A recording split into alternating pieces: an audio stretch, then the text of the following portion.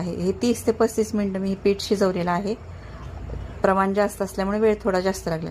असं पाण्याचा हात लागला आणि हाताला नाही चिकटलं की ते शिजलं म्हणायचं. तर हे पीठ आपलं शिजवून झालेलं आहे.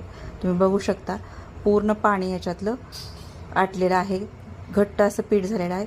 आपण सांडगे जसे घालतो तसं पद्धतीचं हे पीठ आपलं झालं पाहिजे. तुम्हाला दाखवण्यासाठी मी थोडेसे ताटात हे खारवड्या घालून दाखवणार आहे. बाकीच्या मी गच्चीवरती घालणार आहे.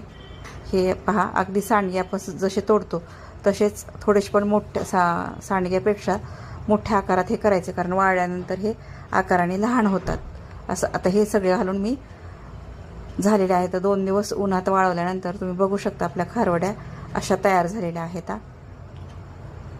शेंगदाणे आणि खारवड्या खायला अशा कच्च्याच खायला खूप छान वाटतात. ह्या छान तयार झालेल्या